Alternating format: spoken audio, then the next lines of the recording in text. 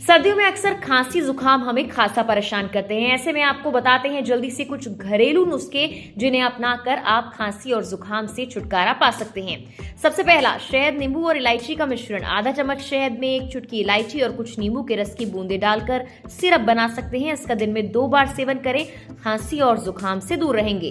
गर्म पानी, जितना हो सके गर्म पानी पिएं, इससे आपके गले में जमा कफ खुलेगा। गर्म पानी में चुटकी भर नमक मिलाकर गरारे करने से भी खांसी जुकाम के दौरान काफी राहत मिल सकती है। तीसरा, हल्दी वाला दूध। हल्दी में एंटीऑक्सीडेंट्स होते हैं जो कीटाणुओं से हमारी रक्षा करते हैं। रात को सोने से पहले हल्दी वाला दूध पीने से तेजी के साथ आराम मिलता है। इन्हें अपनाएं और हमें बताएं कि असर हुआ या नहीं।